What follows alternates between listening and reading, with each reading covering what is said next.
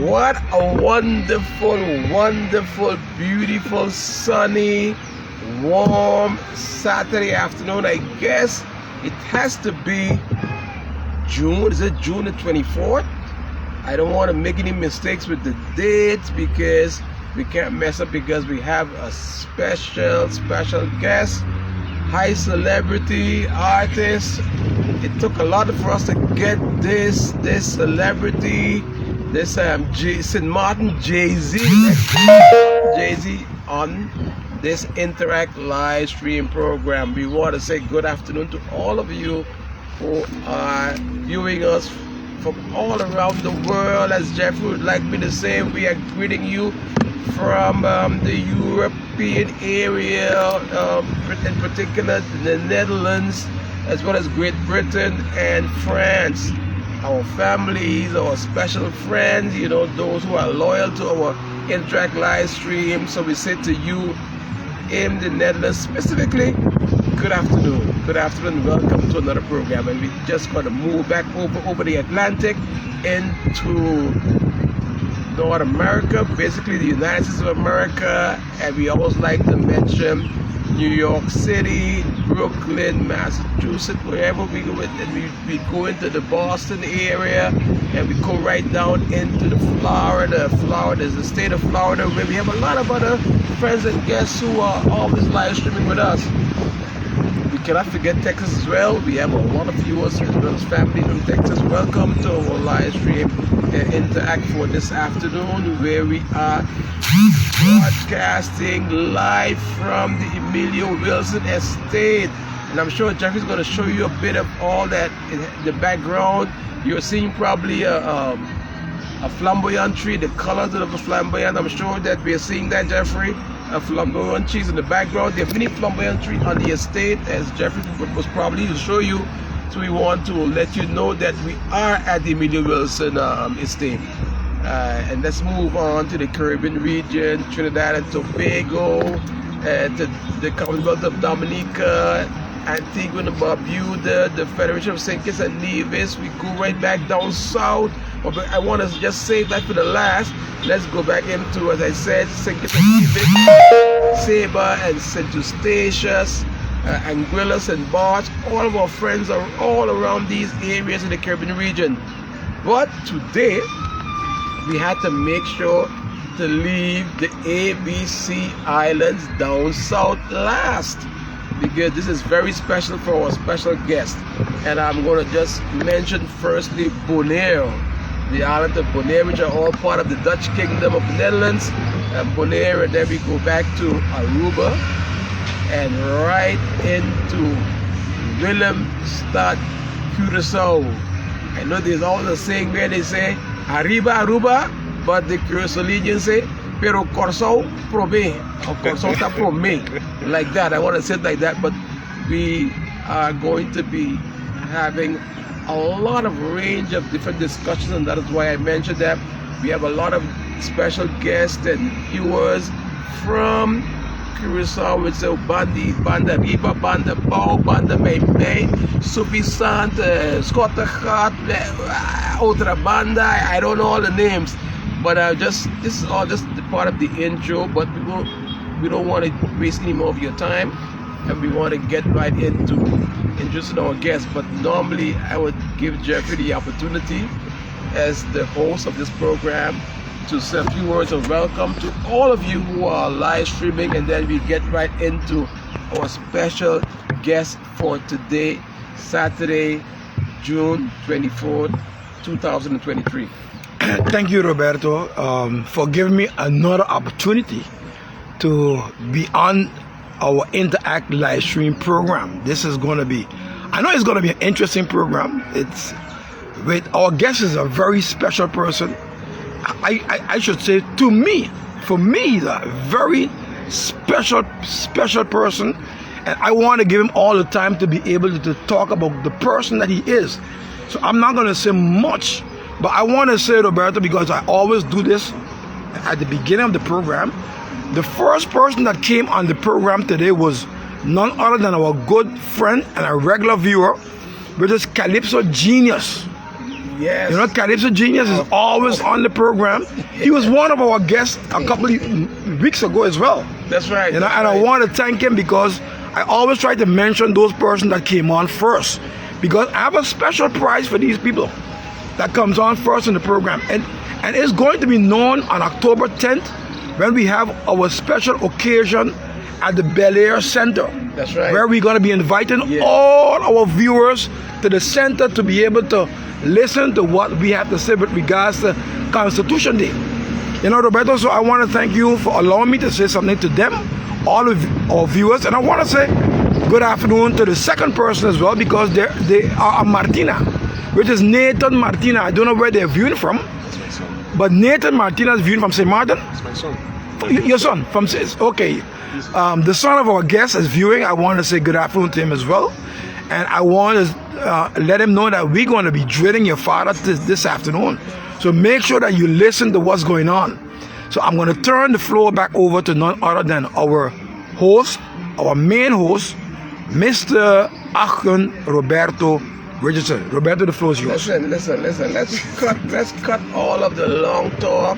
Everybody knows who is on today. They know that it is none other than the famous St. Martin icon, Trukipan, medical specialist, and so forth and so forth. I would say the alone man, the live stream, Madonna, or whatever you want to call him, you know, but whether he's lonely or alone and what have you, but we want to talk about a lot of that. But we want to just say, you know, we are so humbled to have as our special guest today none other than Reangelo Martiena. Thank you. Good afternoon. Martiena. For all Welcome. the viewers, thank you, Mr. Roberto, Mr. Jeffrey. It's a delight that I'm here in your program. I hope that whoever is seeing this can learn something as well as I learn from you all. So I hope it will be a great and successful interview today. Thank you very much, Reangelo. Reangelo, you know, everybody in St. Martin knows you. You're very popular. You're popular in your profession, in your medical profession. You're popular in your business. You're popular on live stream. So you're just so very popular. But the people around the world, it's not just Curaçao, it's not just St. Martin, it's not just Aruba or the Netherlands, but people are viewing us all over the world, from all walks of life. They want to know who is this love doctor,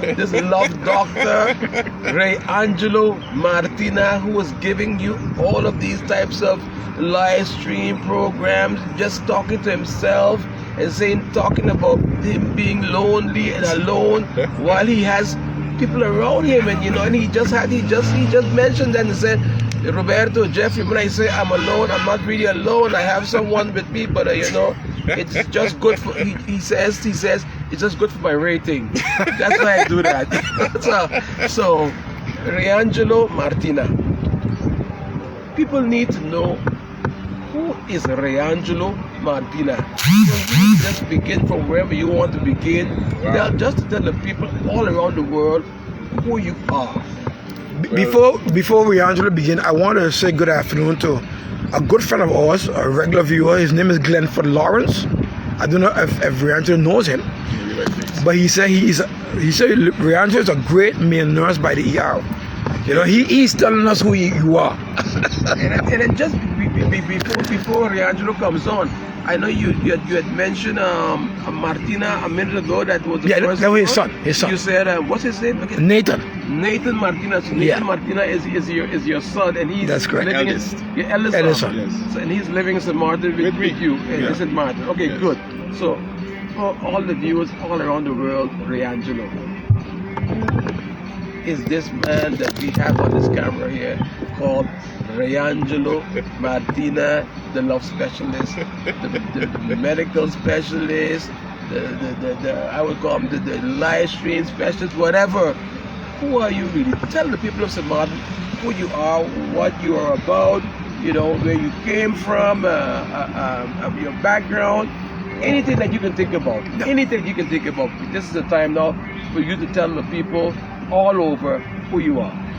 Well, Mr. Roberto, to tell you the truth, I can write a book for all the experiences that I passed through from since I born till now. I can imagine. But who's Reangelo? My name is Reangelo Martiena. I have 3 children. My eldest is 18 years old. I have a princess of 13, and I have a small son of 8. So I have 3 children. A lot of people say, impossible, you have 3 children, but I have only 3 children. And the names? The names, Nathan Martiena. Yes. I have Arianteli, TR, and Ravian, TR. Those 2 are is overseas. Okay. So the biggest is with me. And who's Reangelo? Wow. Well, I born on the beautiful island of Curaçao. Yes. 7th of April. So that tells you I'm an Aries. I'm a male nurse. Yes. I'm an assistant supervisor of the emergency room. I'm also an educator in the sense of I give courses of basic life supports. I does consult patients. I does,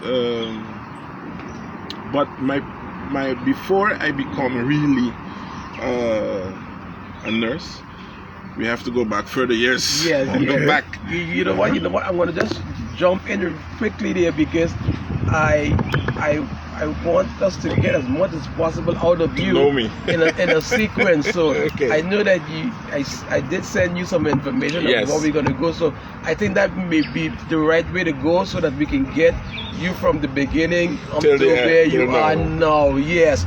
So I know I made some points. You said you were born in Curaçao, and so when we talking about Curaçao, when you were born there, what was life like in Curaçao with your family? Well, I'm an only child of my mother. The only child. A lot of people do not know I was a twin, and the twin died, and I survived. So my mother always say before birth. Yes. Okay. So yes, like you say, at birth. And like my mother always say that I'm a miracle child, and I will do a different in life. Well, growing up, I didn't really see that. So now that I'm old enough, I'm seeing everything that she's saying to me and telling me. And like you said, I born. My mother self, I think the caring part started. My mother was an ambulance nurse in Curaçao. And there I think it started. But at the moment, remember, I finished school very early. Very early with my 16, I finished LTS.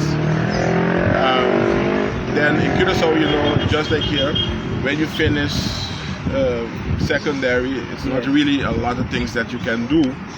So I stayed, I remember, 1 year without doing nothing, and my mother always, it was me and my mother. So, you know, people are saying I'm the mommy boy, because me and my mother, everywhere, me and my mother. My father really was not really in the picture at that moment. So, you know, when you're young, I guess, you cannot want to stand for responsibility, I guess. So, yeah. So it was me and my mother growing up. And that is where, when it was 8 weeks that I was born, my mother also was principal of apartment. So she was really busy, you know. So at 8 weeks that I was born, the mother of Dr. Douglas, that is my sister, take me in. So from 8 weeks that I'm a baby, I fell under the arms of Dr. Douglas' mother. That is also my mother, you can say. Yes, yes. Because it's 8 weeks, that is, you know. And then, since then, my sister is taking care of me. And that's why I call it my sister, because 8 weeks that I was born is my sister. And that is where I had my basic, where you can say I started. But then afterward, when I was 10 years old, I went back to live with my mother, because my mother decided she wanted me back. And due to the fact she was so busy in her daily task and thing, of course, you cannot take care of a child at the moment. And then my sister, mother, had a place that, you know, when people is coming from Stacia, say, she have a house that she will take care of. Yes. And well, it was me and my mother alone. And then when I hear by my sister then, I like, wow, there's children to play. You know, you don't want to go back to be alone. Okay. So that is where it all started. I stayed there, and then when I was 10 years old, my mother said, no, come back by her. And then that is where you can say that really I was with my mom. So from 10 years old, and then when I was 17, remember I finished school early, there's nothing to be done. I was a year without doing nothing, and my mother take care of me because she was financially stable. Of course. And she always worry with me, like say whatever I say, she will go for it. Mama's boy. So one day she finished work and she came home. She called me Reangelo. Reangelo, you don't want to do nursing? She called me the brochure of nursing. I said, nursing? It's not my thing. You're young. It's not my thing. I said, nursing. Well, I home for nothing, so let me just try it out. But at that time, the nursing school there will accept you when you're 18. But I do not know what happened, that they accept me still with 17 years, but a couple of months before making 18, so they still accept me. And that is where, in 96, I started to really go into the nursing field. But then afterward, you're young, like I said, you fall in bad companies, and you think I'm going to do this job? This job is for women. Why are you going to do this job? This job is female, is nurse, nurse is woman. So a couple of months before I finished my nursing, I dropped out. I just came out. So you know what? This is not for me. This is not my thing. And then I was really at that time. I was really you remember you don't have no father figure in your life at that time. Mm-hmm. So I I have to take care of my mother. I can be going to school and my mother is working hard, and it's me and my mother. You know what? I think I'm going to drop out and then I will start to work. No, my mother was the type of person, very known person. And she don't want me to go work in stores. She don't want me to do this. So she preferred me to stay home. She will maintain me. But at that moment, you want to see, to help your mother and things. So I said, then one day she came, she said, Angelo, you know what?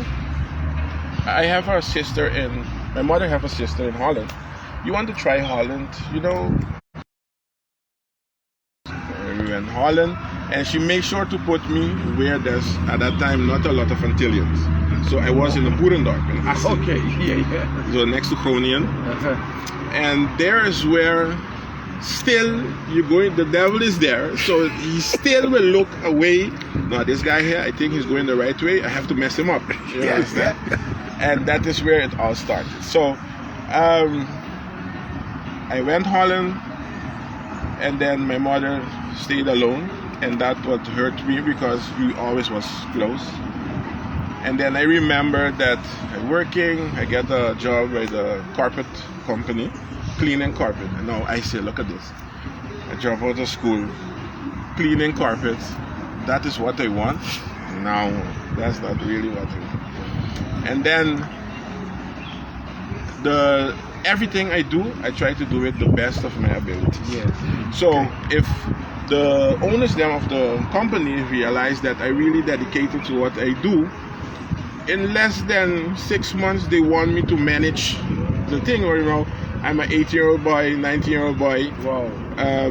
In Holland, So I was really thinking. And then after being there a while, I remember I got a phone call. That was like 2 years. I got a phone call to come home. So my aunt called me, tell me to come home. So to the south. No, I was in Holland. I have an aunt in Holland. Yes. Okay. And come home. So she sent my mother sent me by her sister. Of course, And that is a sister very strict, So my mother know that she will keep me, So I was in Holland. She tell me come home. Okay, come home. I remember when I reached home. They tell she said sit down. Remember, I was a hyper child. at that time I had top with blonde curly, so I was crazy. And I said, but Angie, it's okay. I can stand up. You can tell me whatever you do. So she told me, she started to cry. So I didn't worry at that time because I said, I have a cousin. At that time, he was a child. And they always quarreling. So, I didn't really worry. I say, what happened now? So she telling me, my mother passed away. Wow. So, tell you the truth. What? I say, okay. I went in my room. Wow. Went in my room because I remember a couple of days she was calling me. I talking to her, but she called me extra. So I like, okay, So I didn't worry. Then she tell me, remember, you're in a better place. Behave yourself. Don't do this, don't do that, But that day, I was calling her and she was not answering. So I went to work, the carpet company. I went to work, Then after, when my aunt tell me that, I went in my room. I sleep like nothing happened. She came in the room. She said, Angelo, you heard what I said? I said, yeah, I heard you. Take the phone, call my mom's cell. She didn't pick it up. Call my aunts, they're not picking up. Because my mother was 5 girls. So 4 aunts now I have. So I say, okay. I call my stepdad at that moment. Call my stepdad. He pick up the phone. And then when he tell me, he will call me back. Give him a minute, he will call me back. So I find it strange. Then my father called me. Now, he doesn't really call me. So when he called me is when I really realized, listen, that something wasn't really. So you were in denial? Yeah, denial, bad. I was really in denial. Wow. And then that is where I think everything went to care, Yes. Because me and my mother like this. And when my stepfather called me back and told me, Angelo, your mother became very ill. But at that time, she already incarcerated. But he tell me that she's very ill. Building up. So I remember I had this blonde in my hair. I still keep calling my mother. To call my mother. To make the story short, I got a ticket to go Curacao the other day, like the next day. So in the next 2 days I was in Curacao, still in denial. I remember that a lot of people by the airport, and they come. I still in denial. I tell them, where's my mother? I want to see my mother. But I reached at the night at that time. Wow. So I tell them, where's my mother? I want to see my mother. I went to my house in darkness, of course. Put on the light. I waited for my mother, standing on the porch, waited for my mother. Yeah, denial. Then the next day, I went with my cousin and my stepfather. We went to the morgue. Yes. It's when they pull her out of the freezer, that is where I said, no, everything just changed. And since then, I was 19 and she was 39. So, young. So at that time, everything went, and that is where I just flipped. And a lot of people don't know because they see me always laughing, but when my mother died, that is when the stress level started to kick, because remember, it's me and my mother all the time. And that is where, when I always just tell my children, don't be a follower, always a leader. Yeah. Always. That is the motto, because I was a follower at that time and went and put you in problems, Because remember, it's my mother was living for. I wasn't living for nobody else. So now my mother is not there. So, you understand? So, you know what? We're going to do this. Whatever it takes. I need to survive. I'm 19 years old. I need to survive. So that is where I went in bad things. Bad things in the sense of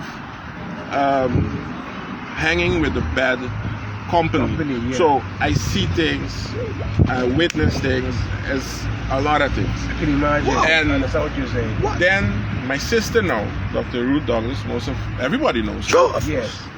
She had called me. She said, Angelo, I was 7 months not doing nothing in Curacao, just spending money. So you didn't go back to Holland? No, I came to bury my mom, but I didn't went. I stayed 7 months.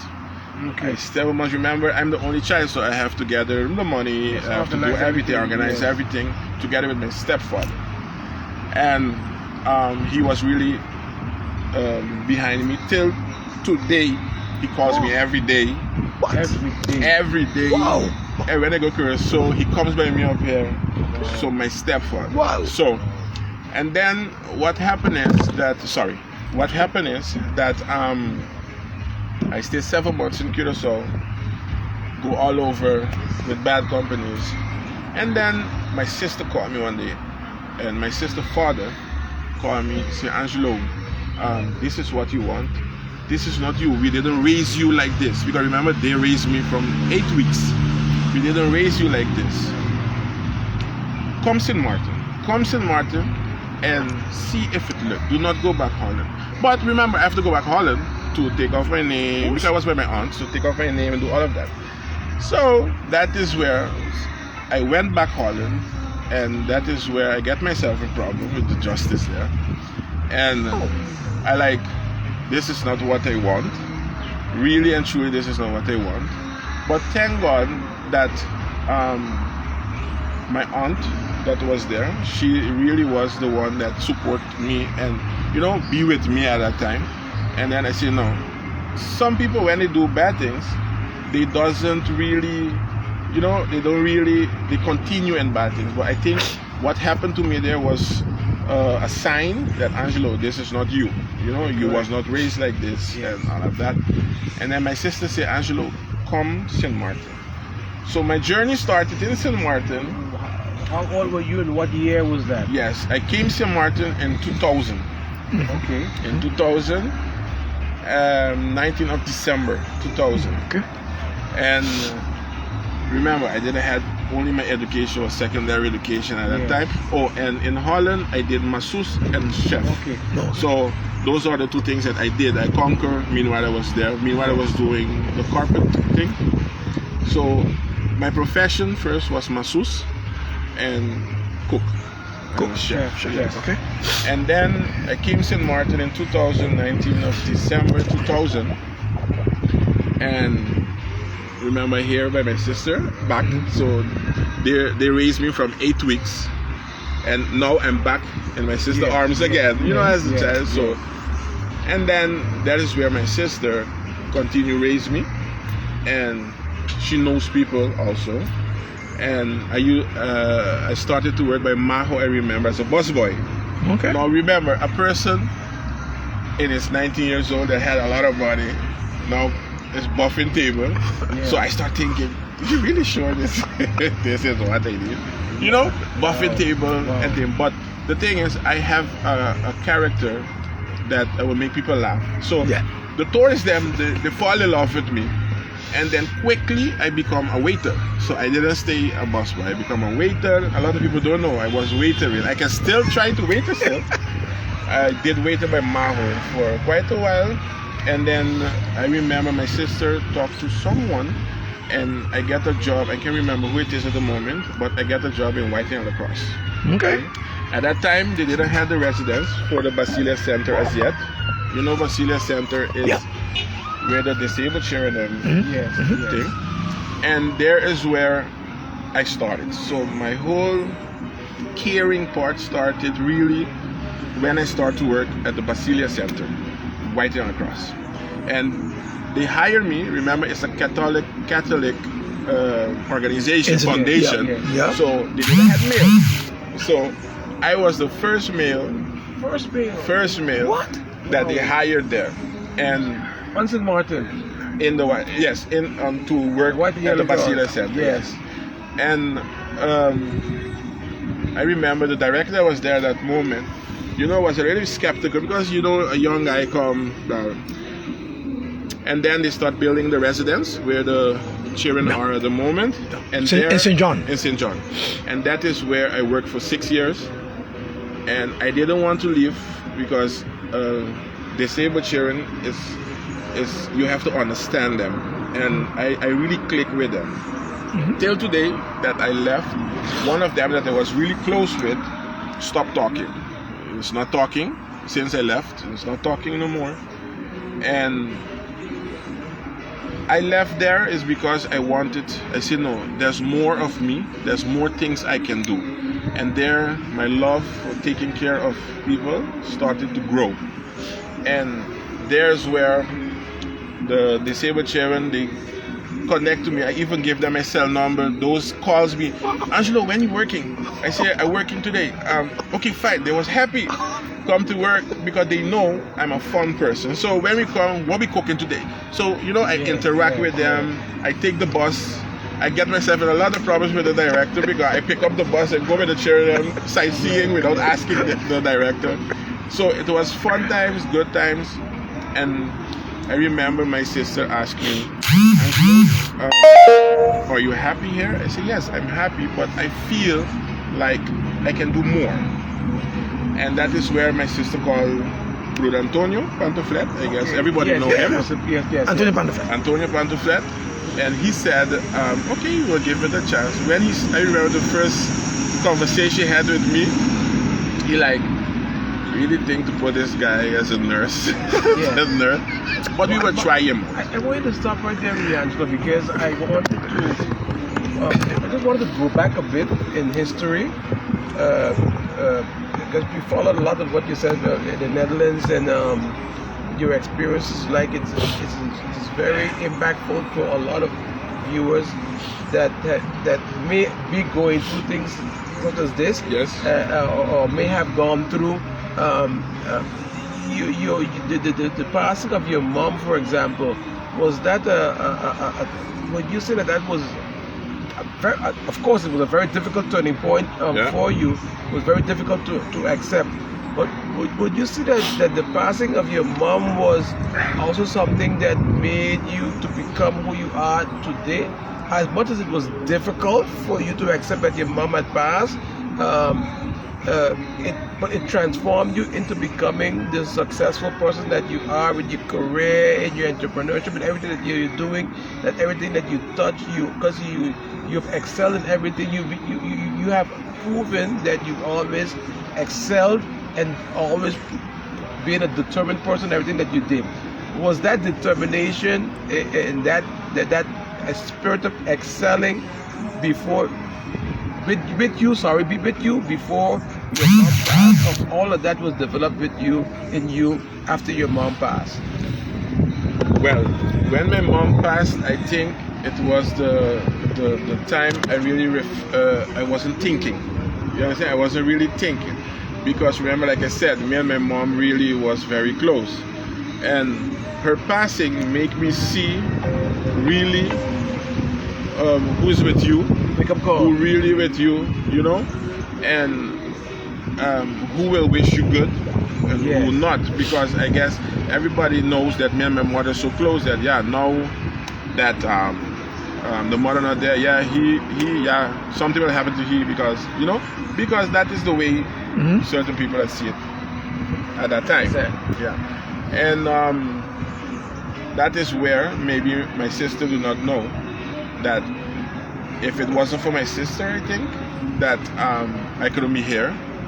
And later on in my conversation, there's one person that if it wasn't for their push, I don't think I will be here. I will, God knows. So I'm sure a lot of what you're saying right now on this live stream today, the 24th of June, a lot of persons who are viewing now didn't hear that story before. No, because it's something that was hidden. That you kept hidden. So this is the first time that you're sharing first that. time. A lot of your colleagues came on, and they are tagging a lot of their colleagues.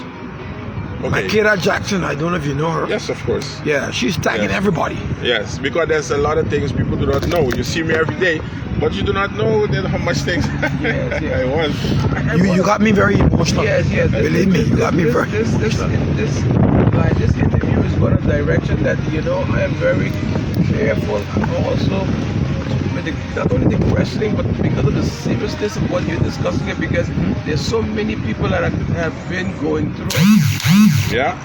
through or went through what you went through. Some of them didn't even survive. Nope. Some of them felt that it was the end of the world for them.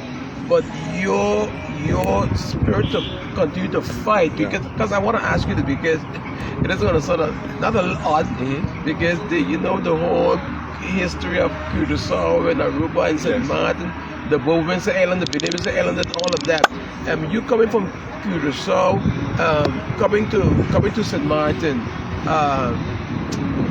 how did it feel like for you coming to St. Martin? That was your first time coming to St. Martin? No, since after Lois, 95, 95? my mother always sent me to St. Martin every year to be with my sister, Ruth. Ruth Douglas. And my father, it's my father, Ruth's father, is I consider my father. And to be here with Pa. And I remember he was bus taxi in 97. Okay. And I drive it around in St. Martin with him when he's with taxi. And every year. But only for 2 weeks, some 3 weeks, but every year was coming to St. Martin. So, okay, so in saying that then, because you keep mentioning Ruth all the time, your cousin, and so that's it means that you have roots and family ties in St. Martin as well. Yes, my sister lives here for many years. Yeah. That's why she told me to come here and try it out. Which families would you say you were tied to? I don't have really blood family here. Oh, okay. So I have Ruth Douglas, that's my sister. They take care of me from 8 weeks. Okay. And she's my everything. She's my blood sister, I can say, because my mom. Because I remember that when I become 28 years old is when she say, no, Reangelo is a big man. I have to ease up a little bit because she still was this mom, this caring mom. And my sister like, I have to take care of Angelo, And that is how that I have my sister so like a mom also. And she's now with my son the same way. Yeah, so sure. I think, the caring part. And that is where everything started. I have a lady by the name of Kim Hair Braider. I don't know if you know her. But she said his mom was everything to him. Kim Herrera, yes. That's His mom was everything to him. Jeffrey. Okay. No, look at her right there. She's right there. Okay. My bad. My bad. You just saw what happened. But we just need to know this is one of the first time that, we have a guest that has, I would say, like a fan club right here on the premises. You can't see them, and it's very private, so we cannot say who's the fan club. But Reangelo has a fan club here, and they are listening, and they're monitoring, and they're sending messages, and making sure we don't miss anything. But before you do that, but coming back again, Angelo, this is Maarten, because we get it all the time. Coming from Kudo to St. Maarten, you adjusted very quickly to St. Maarten. You like St. Maarten when you came. Well, I love St. Martin. I always tell my colleagues, them in the emergency room, I'm a St. Martiner. I'm not a Curacilian, I'm a St. Martiner. They're like, wow, now you trust. Our Curacilian colleagues say, oh, now you trust me. I say, but here is where they give me everything. Here is where everything, I feel wanted, So I like, what? I'm a St. Martiner, And every time I say it, because I really love St. Martin. Jeffrey's waving. I'm gonna give him his St. Martin flag. Yes. I'm a St. Martin flag for But him. when you say you're St. Martin, because it's good to have these discussions. You say you're St. Martin, you talk about your cousin Ruth Douglas. No, my sister. Your Sister. Sorry, your sister Yeah. Ruth as well. But when you say you're St. Martin, and then did it have to do with Ruth alone, or did it have to do with overall the people that you met in St. Martin the time you were here? Was it that the people of St. Martin embraced you and show you that love and that caring spirit that made you feel like I belong here? Is it that? Yes, that is. Was it that? I think that is it. That I really feel I'm from here. I really feel wanted. You yes, felt yes. that you belong here. Correct. That is how I felt, and still feeling. And like I said, my sister talked to Brother Antonio Okay. and Nurse Brunilda. I don't know if Yeah, of course we know Brunilda, yeah. And those two nurses, those two, I just always call them my role models. They mentored you. They mentored me. Wow. And leave me become the person I am today. So I'm forever grateful for them. And that is where my career really started, when I started the nursing school. Wow. And I remember we did nursing here, but in collaboration with IFE, the nursing school in Curacao. Oh, okay. And one of the teachers them saw my name on the paper, and they tell Brother Tony, hold on, this is Reangelo Martiena, the same Reangelo Martiena I don't think it's the same person. So he showed her the picture. She said, "Oh my God, no, you all is sure about this?"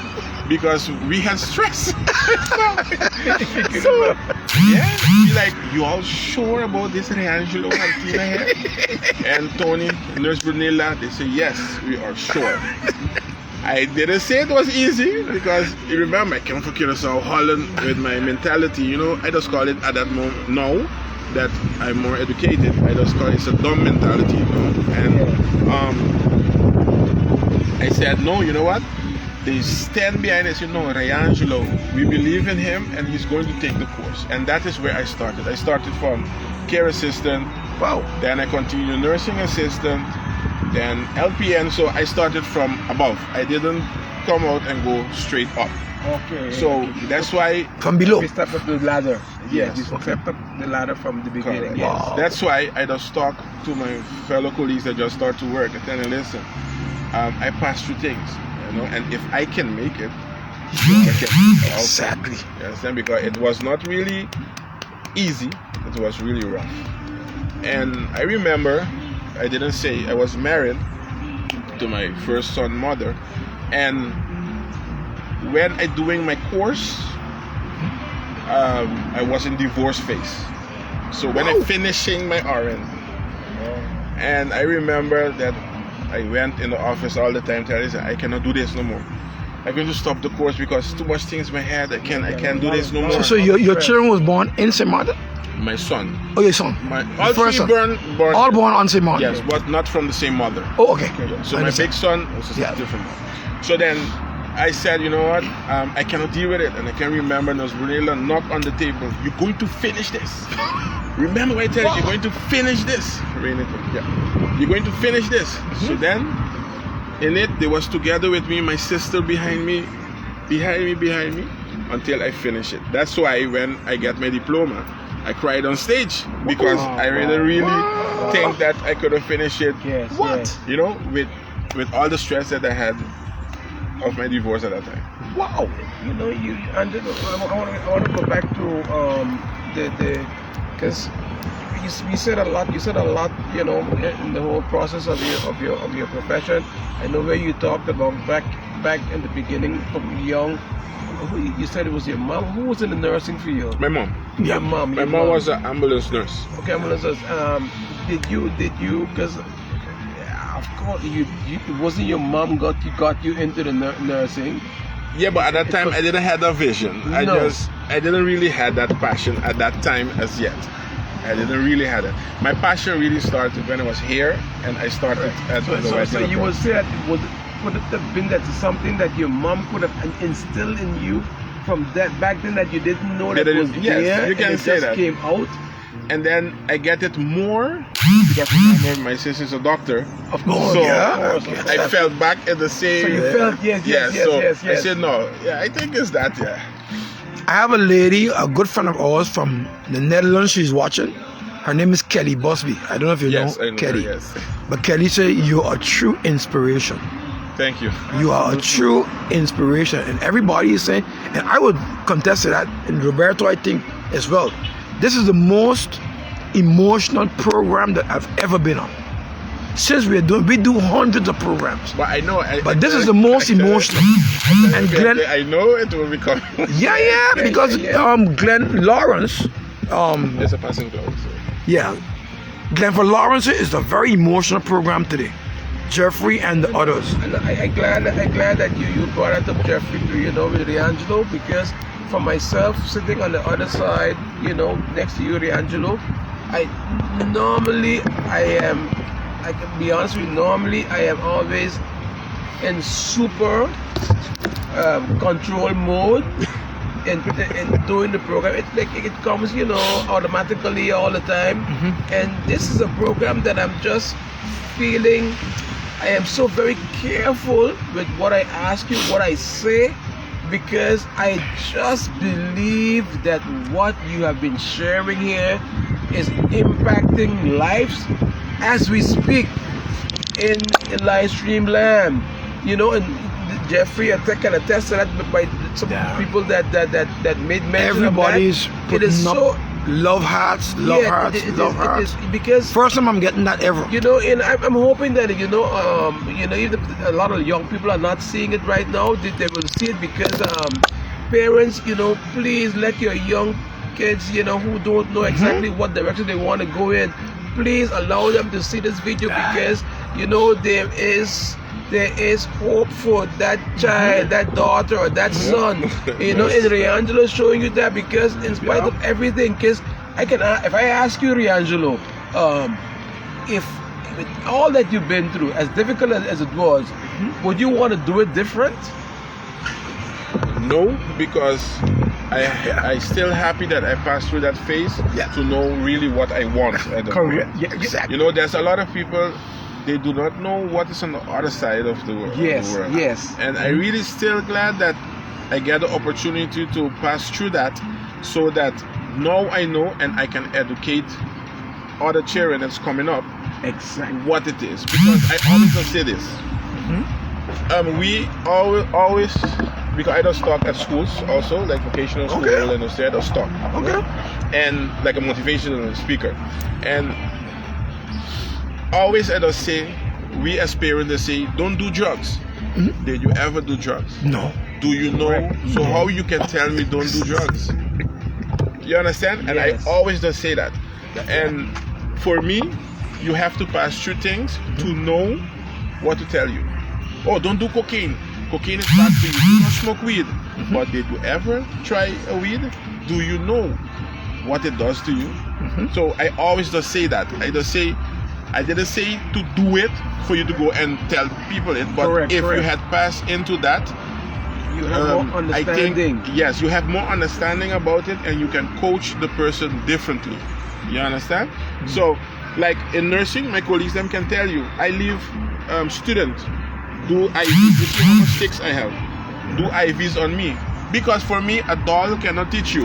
You have to do it on a... You let the students... Yes, you can see how much...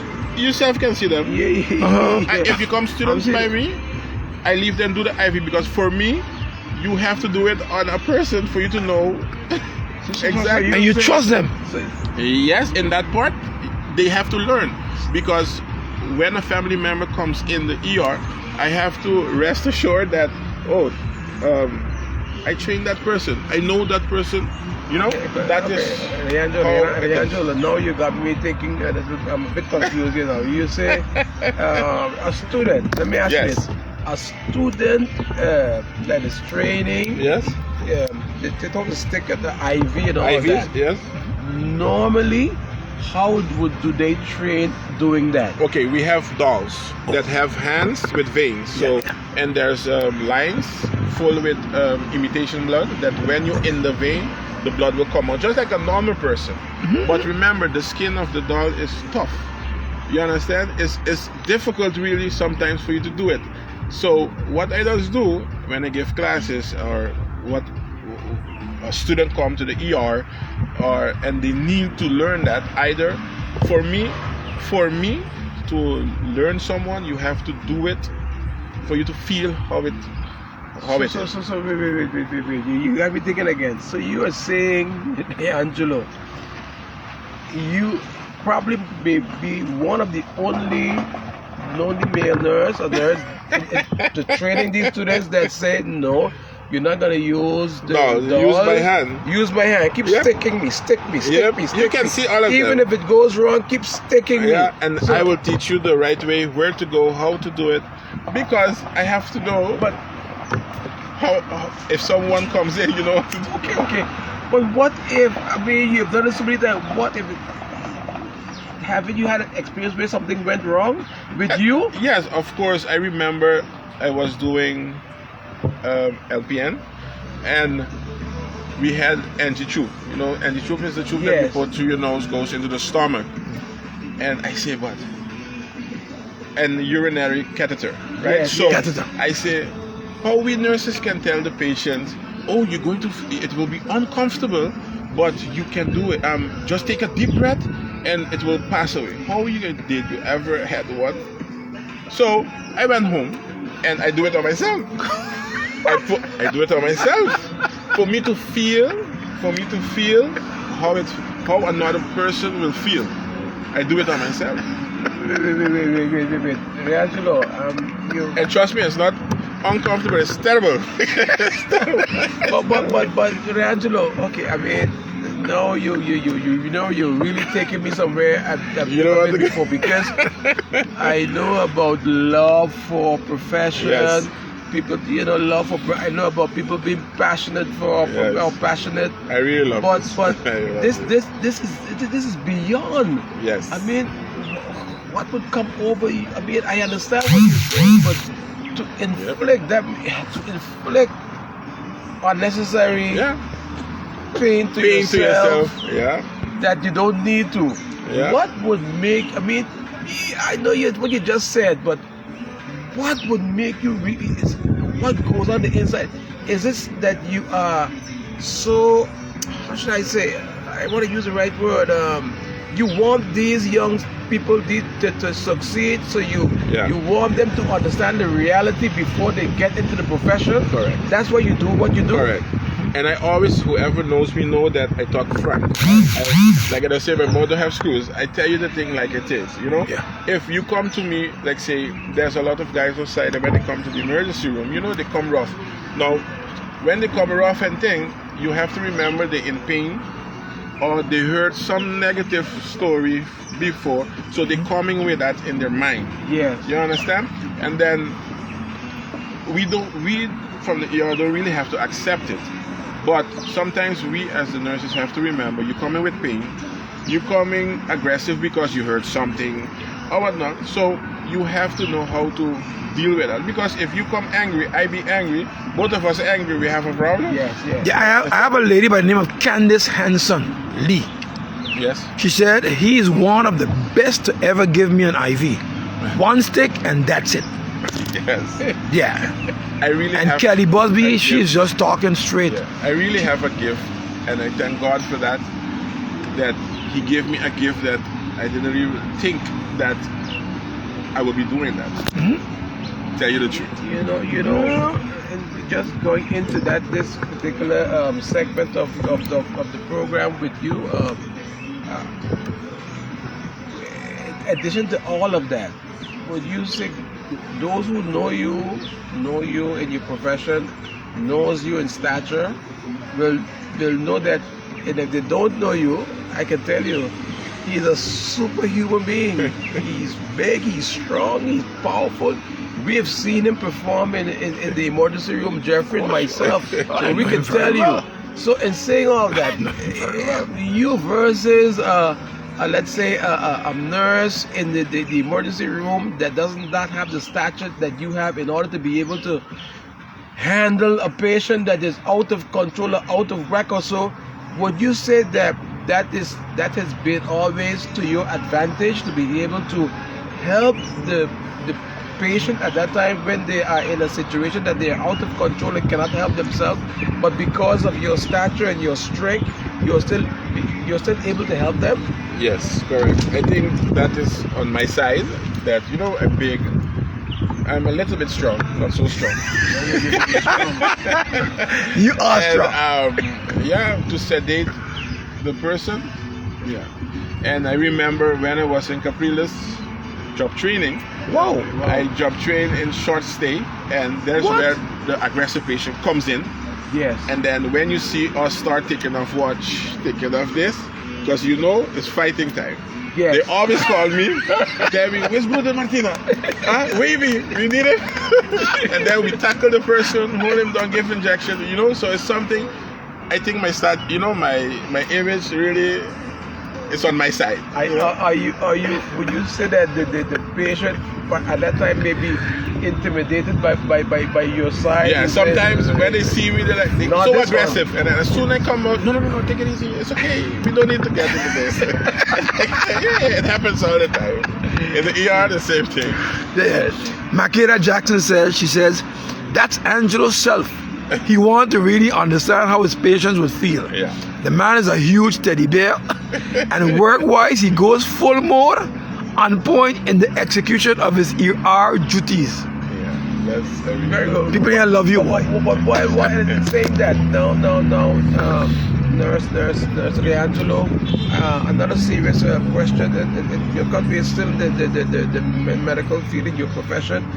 Has there ever been situations where, unfortunately, because of trying to help the patient, that they can get hurt, or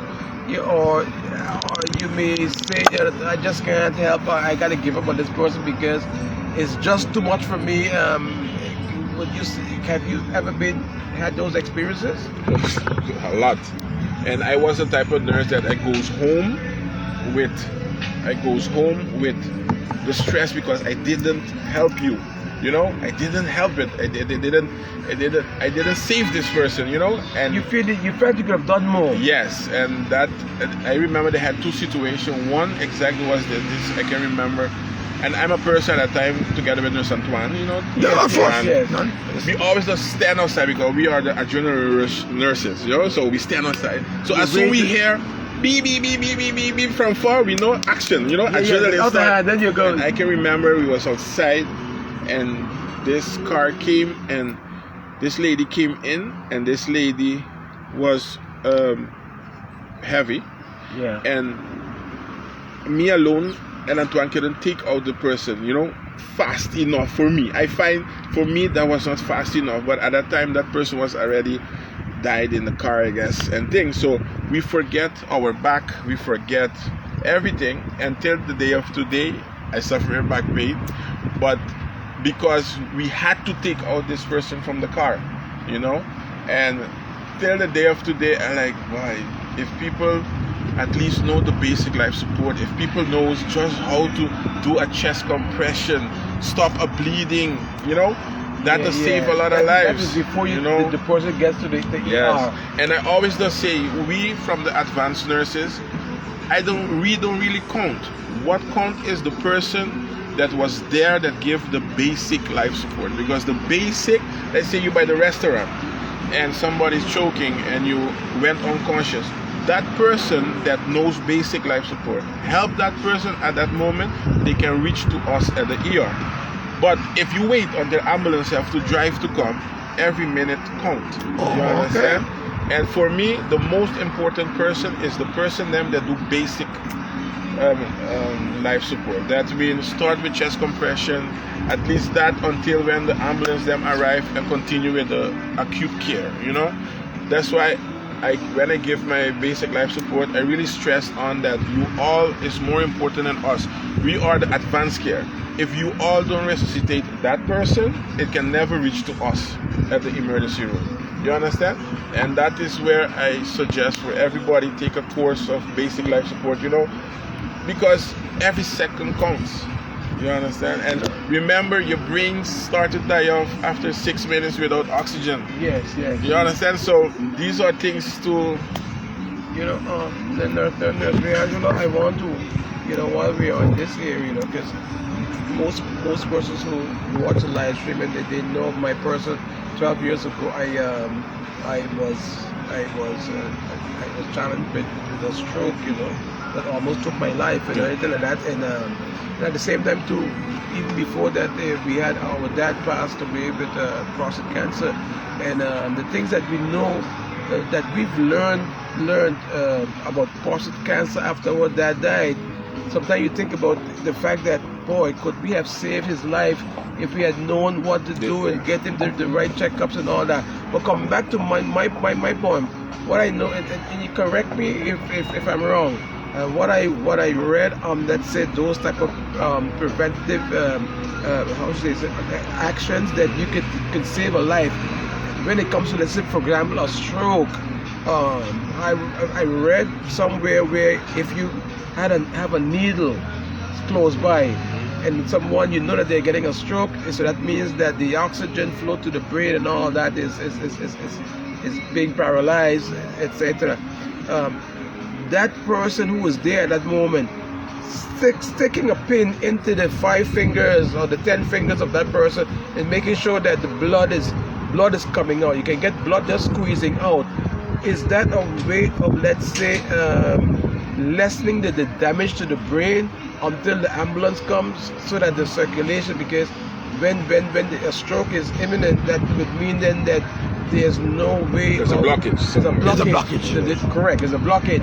So if the needle is stuck then in the fingers, and then you can get some type of escape for the blood.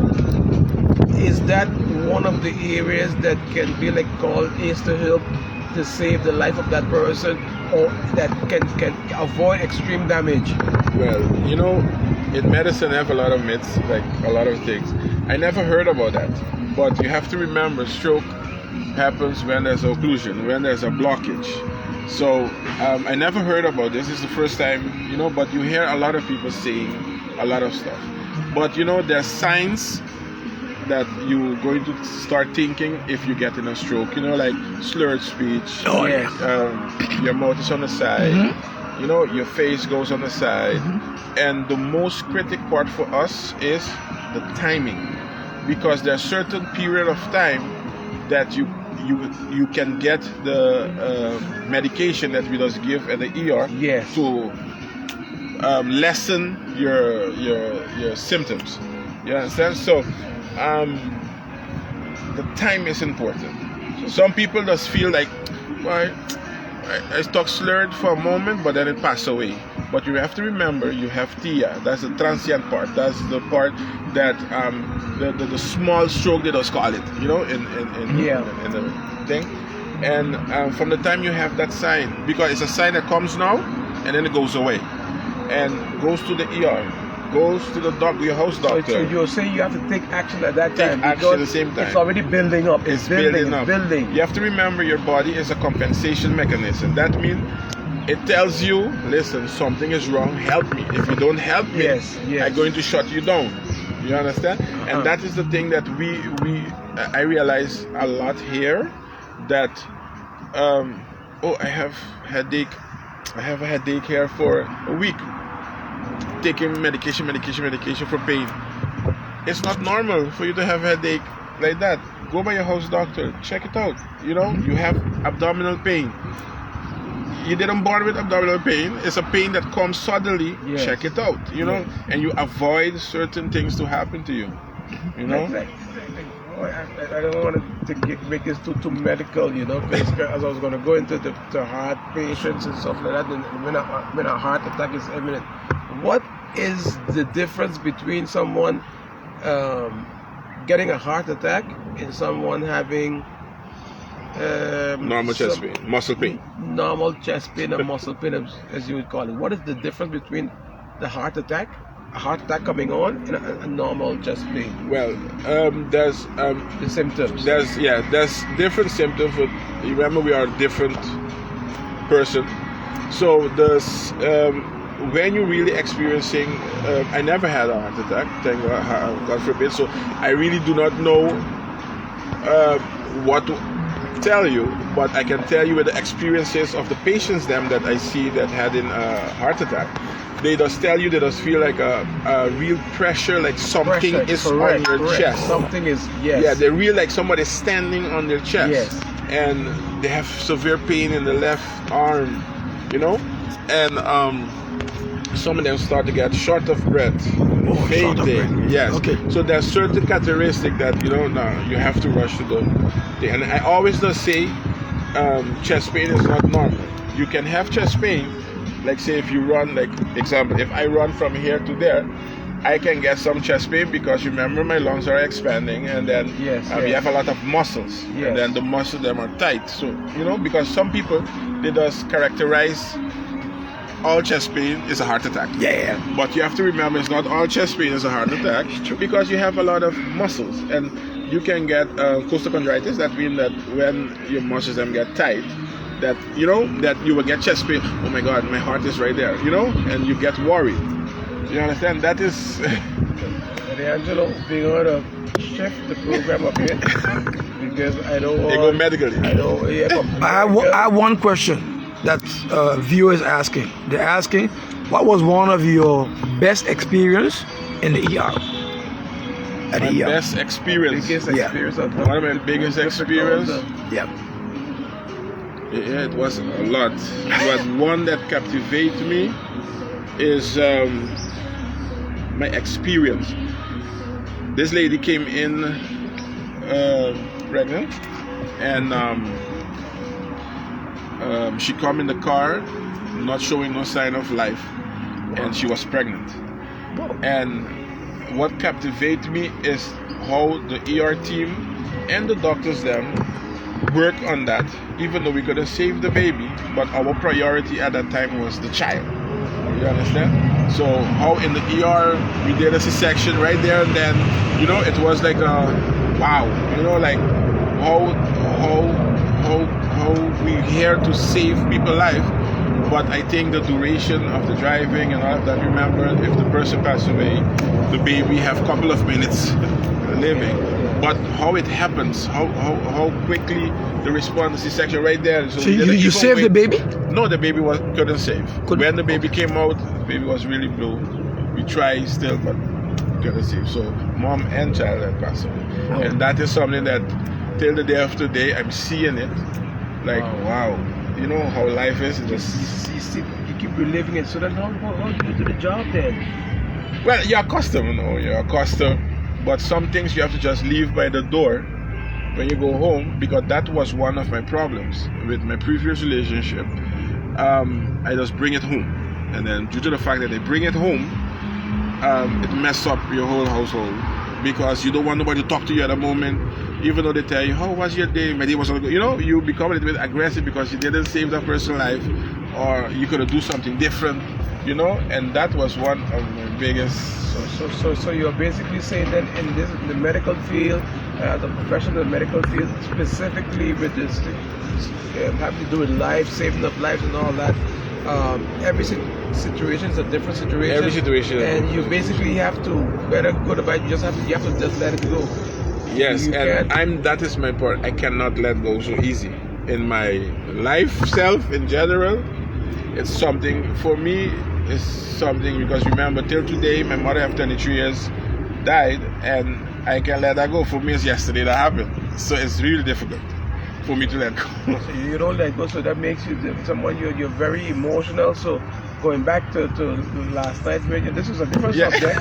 Going back to last night, Reangelo was on live stream, or he was on social media. What were you doing? I was lonely. Nobody loves me. Reangelo said nobody loves me. I'm lonely. And a bunch of people coming on this live stream saying they love him. Everybody come. Reangelo, we love you. We love you. And then Jeffrey and I are like, no, something wrong, right? Something wrong. We said, let's go get a turkey park because he say he's lonely, he's alone, and then after, now he's confessing to us that while he's saying he's alone, he's lonely, and he has everyone around him. I see that, and tell you the truth, I got COVID in 2020. What? And it was very bad. I was very, very sick. And there is where I saw really who is with you. You know, like who is the person that will go. Because a lot of us that say, if my mother died, I will go in the casket with you because I love you. Yes, but you will see them at the funeral, they will never jump in that casket. No. Yes. You understand? But sometimes when you're sick, you know who's really with you, you know? I can attest to that. Yeah. And that is certain people that was really with me, and that I can never forget that, you know? I have friends, my fiancé self bathed me, was there without mask. Wow. And what was my sister rubbed me down without mask, my son, my biggest son. What? Like, the love that they had for me is like, you know, if I have to get sick, I get sick. And you know what was the thing? Wow. God is so big, none of them got COVID. None of them. None of them. None of them. Wow. None of them. And that is to tell you, if you do something with your heart, I guess that God sees that, and Amen. He will never leave, you know. Yeah, you know that. Like right. How I got the COVID self, it was helping someone. Of course. And this person was going to crash. And I entered the room without nothing. Nothing. And my colleagues them and the doctor said, Angelo, what happened? You go put on your things, but it was, I was in already. Yeah, it's okay.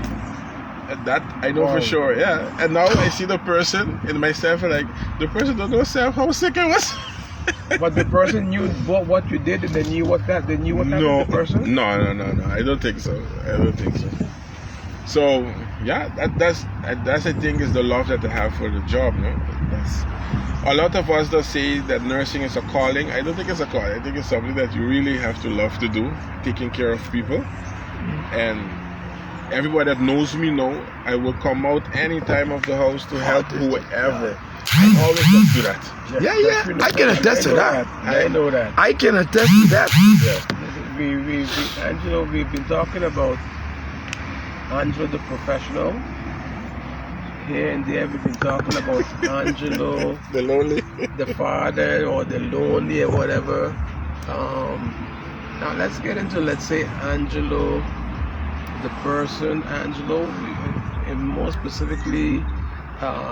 And I wouldn't even want to put you in the spot here because there are some guests that we have around us that I can really put you on the spot with, and you're laughing. I can do that because then they can answer and say, I will ask the questions to them and not to you. You understand what I'm saying? But does Angelo do what he do because of the profession, or is it just that is the person that Angelo Martiena is? No, that is how I am. You can ask whoever that knows me. You can even ask my fiance. I can be driving and I see someone have a problem. I will park my car, push the car, things that they do several times. I help them push the car, or because for me, I think it's the caring. You know, they can tell you, whoever knows me, I will come out of my house, you call me, I will come out of my house. There's one thing though, I don't change tires. You know, because I don't like the dirt in my hands. So what they do, I will accompany you, call Black Dog, call whoever to come change the tire for you. But you ain't changing the No, tire. I ain't changing the tires. That's, everybody knows that. And I remember one time, one colleague had a flat tire, and I was changing the tire, and my fiance said, Angelo, you changing tire? I said, so this person have to be important because I don't dare, you know, huffing and puffing to change this tire. But I really care and love what I do. I care for, and I do it. Don't worry for no praises. Don't worry. I don't worry for no payment. None of those things. That is who I be. I know that. Yeah. Everybody is saying the same thing out there. No, that. Everybody is saying how I be. amen to that. Do it with your heart and God will see you through. Yeah. Amen. And God I is had that. faithful. Be careful next time. You know, everybody is saying something about you. You know, That- because I made a lot of notes here to ask you. We filled up a lot of the areas, you answered a lot of the questions that we would have asked you. I have noted down here, so I went into my phone to see if we missed any other areas. In these 2 points, you may, if you do not want to, you don't have to answer the question if you feel that they're very sensitive or not. But I had a question here, specifically written, do you intend to always remain in the medical field as well as remain on St. Maarten until you retire, and why? And then I also ask, do you desire to see happen the most in public health in St. Maarten? Yeah. Maybe you can touch the last one first. What do you desire to see happen the most in public health in St. Maarten? And we're not speaking specifically more about the privacy of the profession within the medical center and what you have to do there, which is internal, but more so in the public St. Maarten overall. Are there areas that we, the people, need to improve it? You know, we were touching on Yes. such areas of emergency, but what are some of the other areas that you think that the people of St. Maarten need to be to improve on, or whether let's say that maybe the government of St. Maarten can get involved to bring more awareness to the public of St. Maarten, that it can help your job as a medical professional, as well as those in the medical, also in the medical field as yourself, and not only the St. Maarten Medical Center, but the Sister Basilia Center, the Senior Citizens Home, and all the other areas where the general health care being practiced. What are some of the basic things that you would say to the people of St. Maarten and those around the world that are viewing us on live stream, what are some of the basic areas in your years? Because I didn't get how many years you're in the profession. I guess you're probably 20 years in the profession. I'm or so. in the profession at least, let's say, 19 years. 19 years. 19, 20 years. And you're still young, so you still got a long way to go. Yes. Or do you say, well, Reangelo's Right. finished. I'm gonna Tell you the do truth. something else. I'm gonna become a live stream mogul or something like that. No, tell you the truth, Mr. Roberto, I wanted to leave medical field. That was like 2 years ago. And because I find that it's enough, like it's enough for me. But then after something happened in my life that I realized that I think this is what I have to do. Maybe not on a full time no more. After a couple of years, not full time no more. But it's something always I will keep doing, taking care of people. But to say that I will stay in the profession until I go pension, I don't. If I go pension, God permits me reach pension age. I don't think I will do medicine till my pension. If I reach that age, I don't think. Because my other passion, is cooking. So I love to cook, and I like to invent new food and those type of things. And my goal is to have my own restaurant, my fine dining restaurant. Okay. But with prices low, because if you see good, the business that I having affordable prices. If you see good, even the inspector that does come by my place and see my prices, he asked me when I just opened the place why I'm so cheap, how I will survive. And I told him I'm not doing this to get rich. I'm doing this for the community of people that my partner also can tell you. I give food whoever comes by me. I just give food. That's how I see it, and you know that. Of course, we know that. We know that. I like. For me, if you come, you miss $1. I'm not going to stay without giving you that for $1. That's right. No, that's how I see it. And some people just tell me, Angelo, you're not good for business, because if you was good for business, you do things differently. I say, no, this is the way. Just like my mom. My mom she did apartments in Curacao. Okay. And she do it for people only that have low salary. So the highest pay that I can remember still that you pay for a studio was 80 guilders. What? Oh. It was not higher. Until the day of today, there's people living there for 5 guilders, 10 guilders. And when she passed away, I tried to change that. A month? A month. No. Yeah. For low income. Yeah. When we go Curacao, I goes, and when they know I'm coming, they all them thinking, because I tried to change that, but that was in her will. I cannot change it. It was that is for people that there's people that are living ages older than me. so then when I go to Curacao, I should say the Renaissance Hotel. I should go. No. These are she buy like she buy like a yoga building, example, a block, and divide it, and then that's what she does. Wow. And I cannot change it. So when people say, "Oh, Angelo have apartments to take," you think, "Oh yes, a lot of apartments." But at the end of the month, when you see now, You can't survive between the cost of living as exactly. And then when I try to change it, I walk the roads with my stepfather to change that will, and it cannot be changed because It's of in her what will. Yes. Wow. Cannot change. What is So this? that's how it is. So I think the caring started by her also. That's a great woman. And when I go Curacao, I have to go visit the places and things, and I like buy. I can get some $500 for this one. you look at and it, she of just course. paid 25 gil a month. No, impossible. Yeah. What You is this? legally we can do that. But to go back to your question, Yes, for correct, me is correct. that due to the fact that a lot of things are expensive, you have the healthcare in here that I'm living here. So we're talking about here. A lot of people find out about the illness late because they don't have insurance. They okay. don't have money. So what they do, they stay without going to the doctor. Stretch it. They yeah, work. yeah. Oh, I feel good. So I feel good. So I don't need to go doctor. But little do you know that Building. it's building up. And when it reach far, you come to the ER. We still will help you.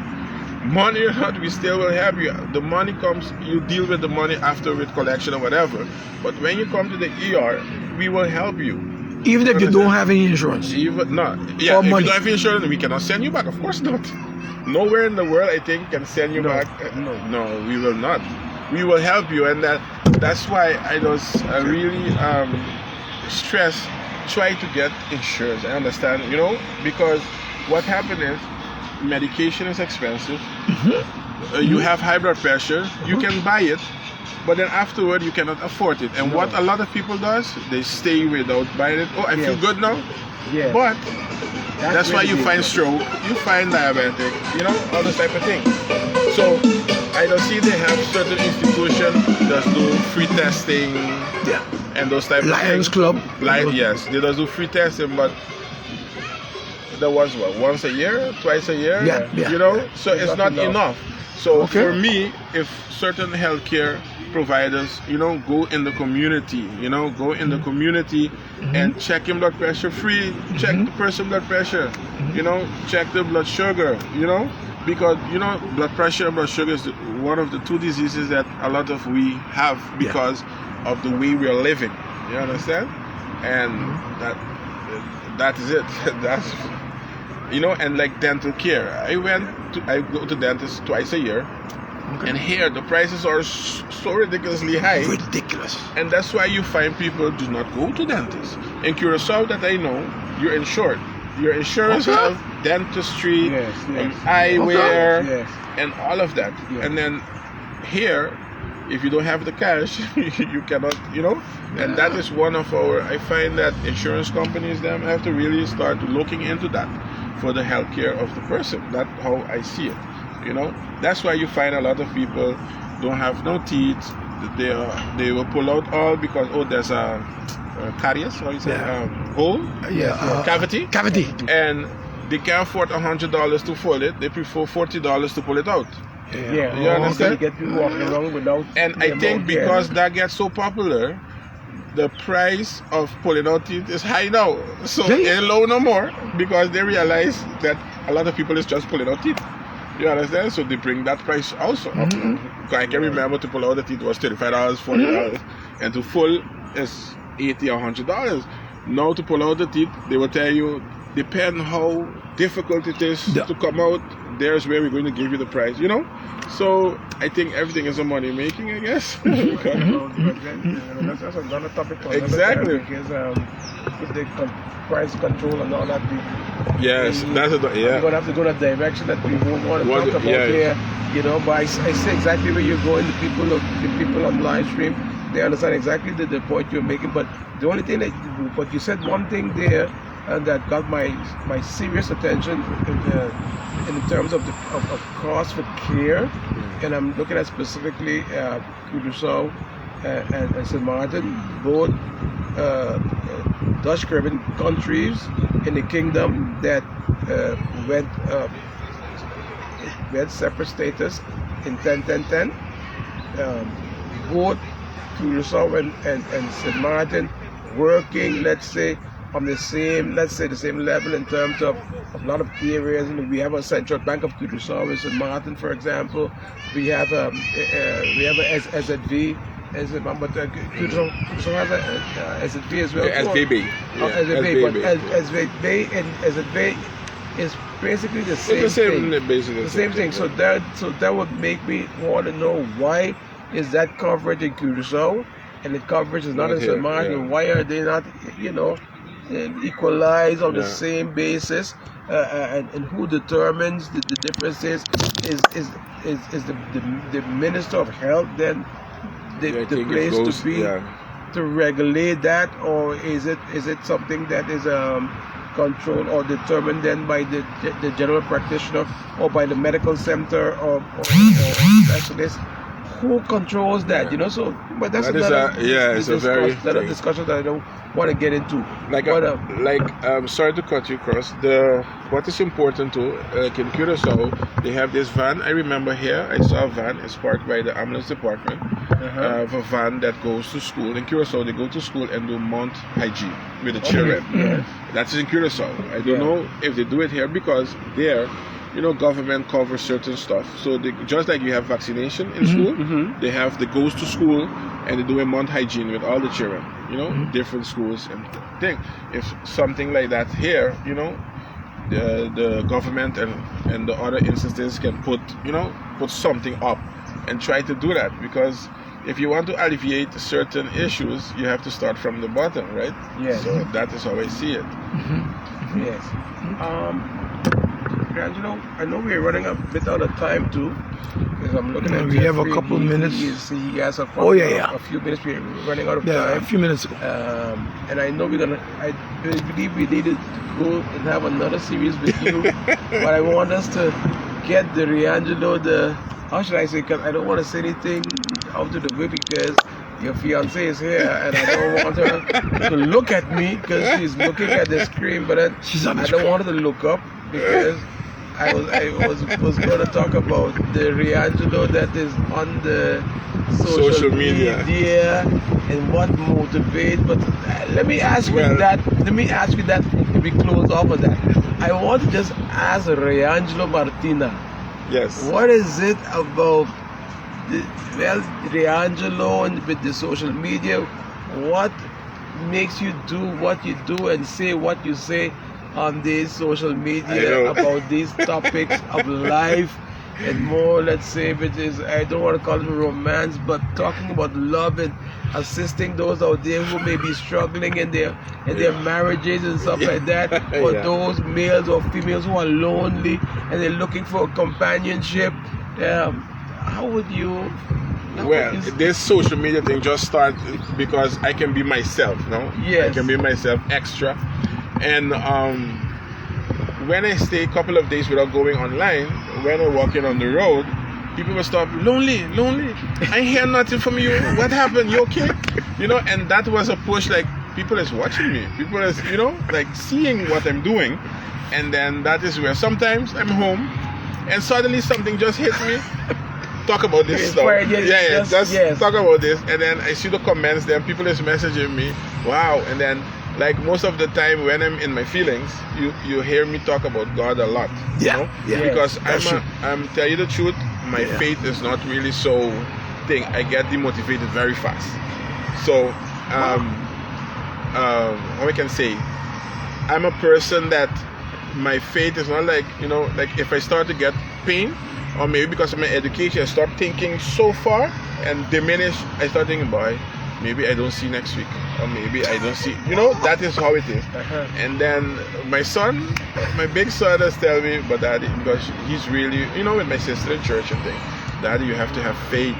You have to have faith. You cannot continue like, you know.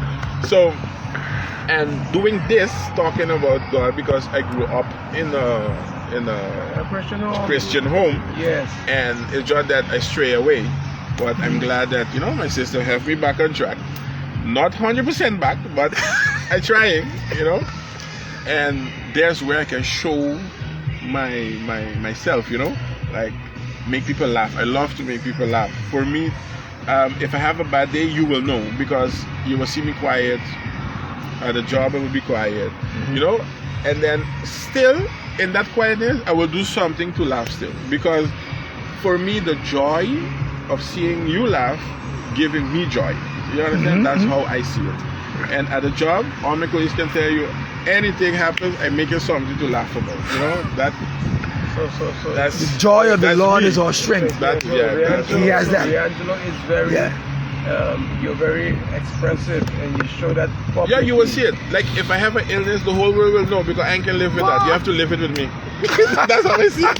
If I have an illness, you will know, because I cannot keep it. You know, like, people will stay with, they have a disease. Of course. They will stay with it, and the family member will not know. Nothing. Not me. Yes. It will start from the job, because, like, say, when I have to take blood tests, my boss also is a pillar, Nurse Beth. He is a pillar for me, because I didn't really have a father figure like it's supposed to. Yes. So I don't see certain people as a father figure, and he and Antoine, Yes, yes. and I remember he tell me, Angelo, you have to change your character. When I just started ER, you have to change your character if you want to, you want to grow, and he also have to thank, yeah. So that's me. I want to say something about your son. Your son said something that is very profound. He said, "My father is a kind, loving man. He will do anything for his family." Yes. That's a great character. And that is why when my two other children mother decided to go overseas, it had hurt me a lot because me and my daughter is very close also. It had hurt me a lot. Till now it's hurting me, but I have to live with it because it's a better future for my children. So, because when you finish school here, I was like, no, my son finished school so long, there's nowhere else to go. Correct. And he don't want to go study off because he say I will stay alone. And then yes, I'll be lonely. So he decided to do NIPA culinary school because he's cooking chef also. And he's telling me that, Daddy, I'm going to take another year because he will stay another year with me, and then I will see if I'm going or not because he don't want to leave my sister neither alone. Okay. So Your sister Ruth? yes. Okay. Because he's with her. Oh, okay. So I want to ask you two last questions. I want to make two last statements. That one of the two last questions is, what would you say to the young people in your profession, in your medical profession, those who are coming up, those who have just started, and how they can survive the profession, and how they would be able to be the best they can be? And I think the other question that I want to ask is really not directed to you, Angelo. how they cope with me, right? Because where I am sitting, the angle I'm sitting, your special guest is right in my angle, so I can see when you are telling the truth and when you are saying something that's probably not so true, because she will say, because I'm not easy neither. That's the truth. Unless I'm not easy. because she's watching the live stream on her phone. Yeah. And then whenever a question is asked, that You will it's see a probably reaction. a difficult question, she's gonna say, "Let me see what he's gonna say now." So what she does is she leaves the phone and she looks up and she says, "Lagami waki, there might be some water." Yes, And and I'm watching something her- that I didn't say. I'm not easy. But you just said it. Easy. I'm not easy. Not an easy person. No. So for you to really kombibi, like say live with me, Yeah. is for me. I know it's a hassle. It's a hassle. Trust me, I know that. So, do you believe that in line up with what I just said about what would you say to the young Yes. nurses in the profession and how they will be able to have a good career? And do we have enough nurses in the medical field in St. Maarten, or do we need more? So do we have enough? One, two. What would you say to the young professionals who have just started a career in nursing? What would be a few key points that you'd want to say to them that they can become very successful in this profession? Well, to be successful in the nursing career, nursing is not easy. You have to have a strong mind, and every approach you have to do it holistically. So you have to really do it with your all. And for me, it's not easy. And for a young person, I see a lot of young nurses now doing this. Because it's a profession, let me go take nursing. You have to know nursing is something within. You cannot do it for the money. If you do it for the money, you will not take care of the person itself. You just come. patient. I work 7 to 3. I just do my job, do this. But the love and kindness, because you have to remember, when sick people come by you, sometimes they just need you to talk. Just talk to them. Yes. Just talk. It's true. And by talking to them, they already start to feel better. Yes. Sometimes they come to the ER, I take a chair, my colleagues them can say, I will take a chair and I will sit. And I tell you, listen, you don't need no medication. Tell me what exactly is your problem. Then they will just just tell it. And when they finish talk, when the doctor's ready to see them, they don't need. I feel okay. I can go because you have to remember there's people living alone. They need someone to talk to. So of course, they will call the ambulance 100 times if they have headache, if they have this. Carry me to the hospital. I feel sick. But if you really sit and talk to the patient, you will realize holistically it's just someone to talk with. You know? Got you. And if we as nurses start take time and talk to the patient, you will see some changes. Wow. You know, you will see some changes. And I can say about that. You know, sometimes I just have my own pains, ache and pains, and I start thinking a bunch of things. But when whoever that I feel comfortable with talk to me, you know, you get to air out. You talk to someone, yeah, the pain gone suddenly, you know, because you have to remember your brain also is a weapon. It works against you. If you think that you're feeling that, you're feeling it. You feel it correct. I have Svetlana Vanderpool, Frankie's daughter. New York, yes. Looking from New York. She said, nice to hear that he is right. And sometimes when I feel sick, you can ask him. I just call him. Yes. He's right here. I call him all the time.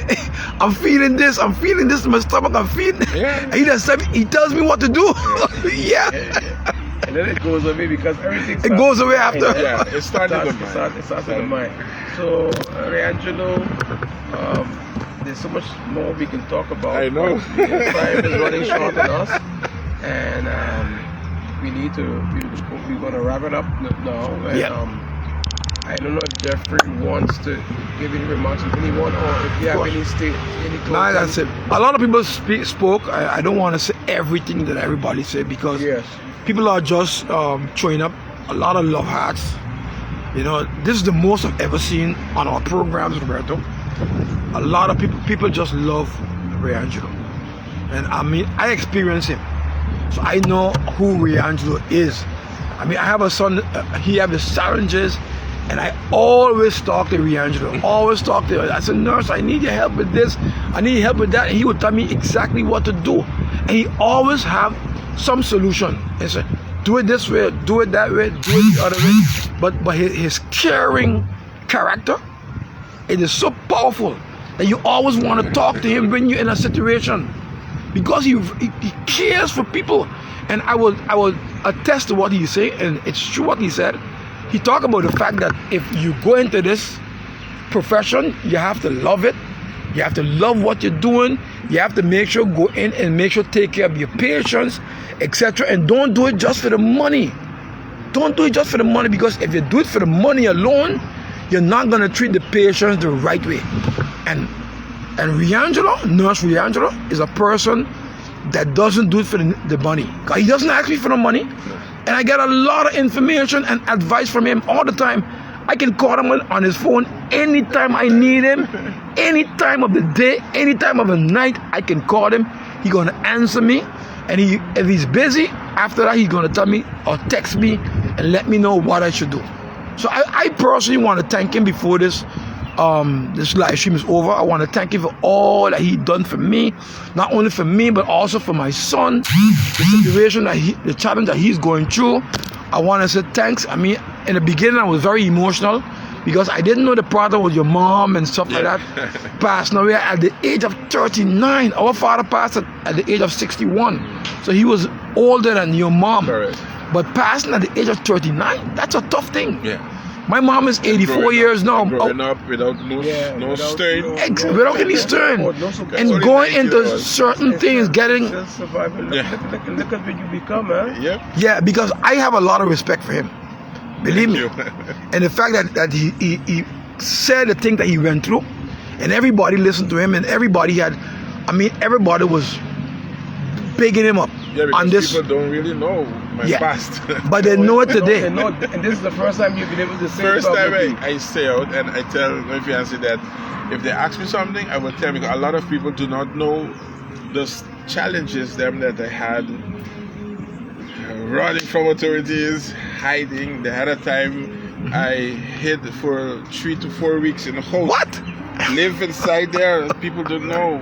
Yeah. Whoa. Running from the authorities. Yep. What? Me and two other friends. One of them passed away, but the other one changed his life in church now. Okay. And what does amaze me with him, he does message me. I find that you have to change also, Angelo, because become serious, enter church now. Start reading the Bible, you know? Like, in myself, like, so you forget what you was doing. You know? But he think, but so that's why I know I've been through it, you know, and that is. So that's why when people come and talk certain things, I just listen because they do not know my past, you know. So I just leave it like that. But now, I guess a lot of people don't know. I'm gonna leave you with this scenario. This is a scenario. I'm gonna leave you with this scenario, and I of course, we all know by now what your response would be, but I want to know if you would be responsible. Of course, you would be. Everyone will be. Would applaud you if it goes well, but if it doesn't go well, would you be held responsible? What am I trying to say here? You have an off day, for example. No. I know you have an off day. I'm trying to make a point here. Let's say you have an off day. On that off day, but you just remember that you forgot your watch in the ER, and that day you drive into the ER on your off day, and you come into the ER and they have a emergency with 3-4 patients. This is very serious, and but you're off duty, and they need assistance in the ER, and you jump in to assist, and something goes wrong. Just what you have to do, or where you're assisting, something goes wrong there. Can the medical system, or how it is structured, can you be held responsible because you should not have been you were not on duty. You should not have been there. You should not have been the one to take action because you were off duty. It's like an off-duty police officer, and he comes to a scene and he uses his gun. I think they can, but in your field, what would happen then? Well, in my field, it's different than the officers. In my field, is once you're a nurse 24 hours. Okay. And if knowing me, my colleagues can say, numerous times I'm off and I hear gunshot wound somewhere or ER is busy, I reach before the ambulance. Wow. They can tell you that. My fiance can tell you that. I will leave what I'm doing. We can be eating. What? Mommy, listen, I need to go ER. And my colleagues can tell you, I will reach before the ambulance. And they just ask me how I know. But you remember, I have a lot of friends, you know, they don't message you. Yeah, and then they will message me. Like say example, somebody gets shoot. Hey, a friend of mine gets shoot. You working? So I like, no, I'm in my food truck. Gee, you have to go there now, please. You know, like, I don't know, I have colleagues. Yeah, I know you have colleagues, but, you know, so I will forget. And numerous times you all come see the food truck closed. Yeah. Because I close it down and go in the ER. Yeah. Because that's my passion. And if something goes wrong, you will be held accountable for it, because once a nurse, you're always a nurse, and you're working however you see it, you know? I have my sister here. She says, Reangelo is one of a kind. He is simply special. Which one of your sisters? Shamina. She said God honors his love for people. He just loves people. Yeah, I really. You know, that's a good note to even end on, you know. Yeah. And then Shamina just said God honors your love for people. Yeah. And the other, that God is really God is continue to bless you, Bless you. As a human being. I would, as a Christian, there are some decisions that you still need to Yes, correct. make. I know. You know what I'm talking about. Yes. You know what I mean. You're right. Okay. We will talk about that Of light. you know what you need to do. We Yes. talk about that. But Angela, you are a great person. You're one of Great a kind. Thank you very much. Great You person. With the have a grace heart of God, you know. gold. You have a heart of gold. And Yeah. the people of St. Martin, I can say this, like I speak on behalf of people of St. Jesus. Martin, that everybody, we love you very much. We appreciate you. We respect you. We thank you for all that you continue to do for all of us who enter into the ER room, because I've seen you in action tonight. Oh, yeah. I know Numerous you times. can do Yeah, so. numerous I times. just pray that God continues to bless you, protect you, keep you strong and healthy, so that you're Yeah. able to continue to do what you do and to serve this nation of St. Martin as much and as long as you can. Thank you very much for coming on. Thank you. I don't know if Jeffrey wants to say anything, but Thank you to I have think me I on said a your lot. show. I said a lot. Thank you very much. And You're welcome. people can't stop putting up hats. yes, you know, we want to. It's going crazy on this live stream. I just, Crazy. Reangelo, 10 seconds, 15 seconds. I want you to look into that camera. Jeffrey, put the camera on Reangelo. Put the camera on Reangelo, because we're going to end right here. Exactly. You are very creative. You are very expressive. Very expressive. I want you to He's a live use- streamer too. You're a live streamer too. I want you to use this platform, because this platform is huge. You're on CNN right now. I know. It's You're on on now. CNN. So I want you now to just forget about Roberto, forget about Jeffrey and everybody. And just be me. Just be you. you. Okay. We're gonna end with you. Just be you right Just now. be You you. can say whatever you want to say. We're out of here. Jeffrey and I are out of here. We won't say anything. We'll see you guys on Wednesday. Wednesday at 7. Coming, at 7 p.m. God's willing. Yeah. God bless all of you. Stay safe this weekend. And we're gonna close off with Reangelo Martiena, Martiena, the doctor. the doctor. I would say Well, the doctor of love. I'm thanking you all to have me on the show. Of course. And to my patients, to my viewers, one thing I have to tell you all, that whatever I do with a passion. Anything I do, I put my heart into it. I'm a very humble person, as you can see. I love my children, and I want to big up my biggest son, because he's really instead I'm his role model, he's my role model, because sometimes I just say, but Papi, who's the father? I'm the father of you, the father, you know. He's really, he keep me in shape. I want to thank you all. As I said, I want to thank Nurse Bruno Tony, Nurse Brunilda, and Nurse Bert. And I want to thank my fiancée, because I'm not easy. And she's one that really in thick and thin, she's with me. Wow. We can be, example, surviving on tuna can. She will sit next to me, bring the crackers, and let's eat. You know, she's that type of person, and she do not know now, but I guess she know now that I really appreciate her. And my sister, my sister knows how much she's for me. And you all, thank you for all the hearts, and thank you for everything. I will continue give care to whoever needs it, and counsel whatever, even though I still need some counseling. But I will keep doing, I guess, like my mother told me, a gift, and a gift for you all. And my hands is to take care of people. Thanks. Thank you again. Thanks very much. Thank you very much. God bless everybody that was on. Thank you very much. Really appreciate all of you.